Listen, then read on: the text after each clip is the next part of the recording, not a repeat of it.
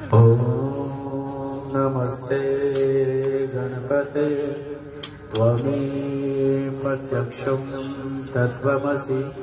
त्वमेव केवलं कर्तासि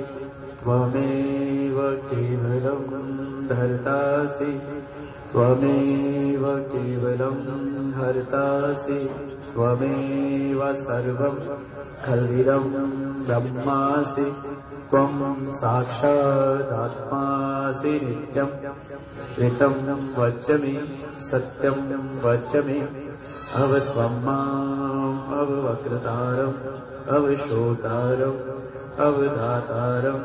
अवधातारम् अवानुजान् वशिष्यम् अवपश्चातात् अवपुरस्तात् अवोत्तातात् अवदक्षिणातात् अवचोदर्मातात् अवधरातात् सर्वतो मा पाहि पाहि समनतात् त्वं वाङ्मयस्त्वं चिन्मयः त्वम् आनन्दस्त्वं ब्रह्मः त्वं सच्चिदानन्दद्वितीयोऽसि त्वं प्रत्यक्षं ब्रह्मासि त्वं ज्ञानमयो विज्ञानमयोऽसि सर्वं जगदिदं तत्त्वो जयते सर्वं जगदिदं तत्त्वाष्टति सर्वं जगदिदं त्वयैकमेष्यति सर्वं जगदिदं त्वयि प्रत्ययति त्वं भूमिरापो अनिलो अनिलो नभः त्वं चत्वारि वाक्पदानि त्वं गुणत्रयातीतः त्वं देहत्रयातीतः त्वं कालत्रयातीतः त्वं मूलाधारस्थितोऽसि नित्यं त्वं शक्तिक्रियात्मकः त्वं योगिनो ध्यान्ति नित्यं त्वं ब्रह्मास्त्वं विष्णुस्त्वं रुद्रस्त्वं इन्द्रस्त्वं अग्निस्त्वं वायु त्वं सूर्यस्त्वं चन्द्रमास्त्वं ब्रह्मभूर्भुवः सुरो गणादिपूर्वमुच्चार्ये वर्णादितदन्तरम् अनुस्वर पतत हृदयेन्दुरसितं तारणेरिदं तत्त्वमनुष्यरूपं गकारः पूर्वरूपम् अकारो मध्यमरूपम् अनुस्वारे शान्तरूपं बिन्दुरुद्ररूपं नादः सन्धानं सहिता सन्धि शश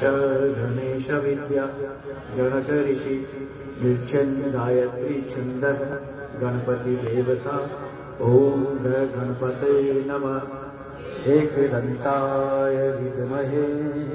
वक्रतुण्डाय धीमहि तन्नो दन्ती प्रचोदयात् एकदन्तं चतुर्हस्तं पाशे अंकुशधारिणं रदं च वरदं हस्तविभ्राणं मूषकध्वजं रक्तं लम्बोदरं शुभकनकं रक्तवाससं रक्तगन्धानुलिप्ताग्रं रक्तपुष्पैः सुपूजितं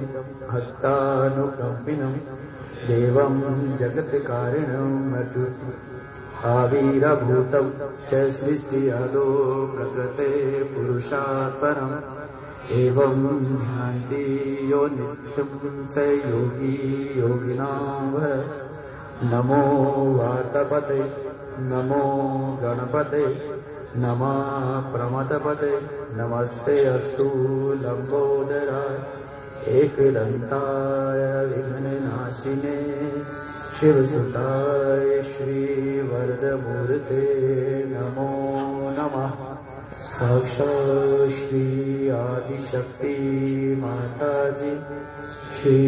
निर्मला देवी